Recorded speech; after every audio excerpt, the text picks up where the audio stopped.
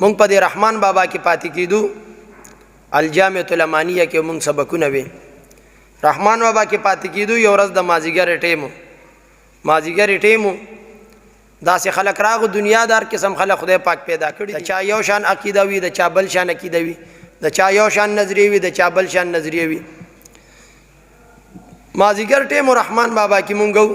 قلندر عبدالرحمن بابا علیه رحمت مزار کیو هلته چې کوم پیش امام او خطیب دی مولانا معراج الدین سرکانی صاحب هغه په دغه ورځ باندې نو زمونږ بل یو ملګری دی د سوات شانګلې دی نور الاسلام مولانا صاحب نومې دی مخکې ورځو کې راغلی مو دلته د په هغه ورځ باندې د مازدیګرې مونځ او جمع د نه پس بهر ووتو چې راغی اوس دغه خلک راغلي د اهل دیابینه دي او د مونږ د دې مرګنې راتاو شوي دي یوازې دی او دوی په یو واته کسان دي او دا یو او بل تپوسونه ته کوي مونږ بار ناسو چمن کې ما پس یو کس راغی او بل ملګری م راسره چې زه راغم ما ته وایي دلته کې خلک راځي او د قلندر عبدالرحمن بابا د مزار نه خلک د ده نه غوښتنه کوي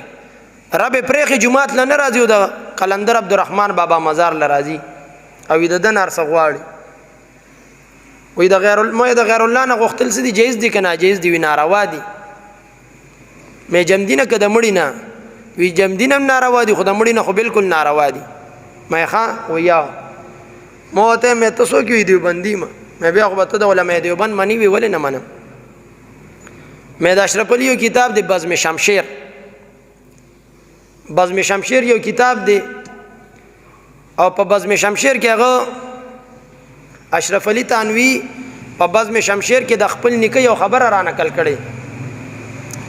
د نیکه نوم دی غلام فرید سو کوئی فرید نومې دی سو کوئی غلام فرید نومې دی خو هغه خپل کار دی چر څه نوم دی خو فرید نومې دی او دا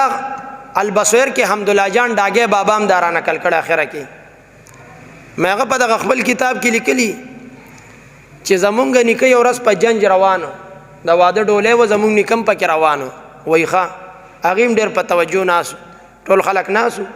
خو بیا مونږ 3 کسان و هغې 8 کسان مې هغه لیکلي چې زما نیکه په جنج کې روانو د شپې مزلې کولو په هغې باندې ډاکوان نه ولګېدو دا نیکې وله څه کوم دی وله مړ کو وی وجلو ورته وی چې وی وجلو بس دی خو مړ شو خبره ختمه شوه چې کله دی په قبر کې دفن کو خښې کو نو اشرف علي وی زمونږ نیا به مونږ ته وی څوک وی اشرف علي وی مونږ ته به خپلې نیا وی چې ستا نیکه څه دی غلام فرید د مرګ نه پس هره شپه به د ماته شیرینې او مټایان راوړه هره شپه به وي ستا نیکه د مرګ نه پس ماته شیرینې او مټایان به یې راله راوړه نو ما هغه دیوبندي ته وی مې ستا نه تپوس کومه د اشرف علي دا نیکه په قبر کې و که د فضل په بکری کې و چې د مټایان راوړه او مې نه خو تاسو امدادونه غواړئ ستاسو مړي تاسو له سره وړي مټایان نه وړي او که مونږ راځو چې خدای پاکه د دم درجات بلند کړي او زما په حال هم رحم وکړي نو مونږ ملامته کوي او د باره کې د څه نظریه ده بس چې کوم ورسره راغلي و هغې هم دې خبرو پورې خپله مو خاندل دا دم د خندا خبره چې دا اوس په قبر کې دی او که نه د مټایانو په بکری دوکان کې دی نو دا خلک هم دغه شان دي خپل کتابونه نه ګوري او معترض و کلامه یو سترګې کار کوي او بله نه کوي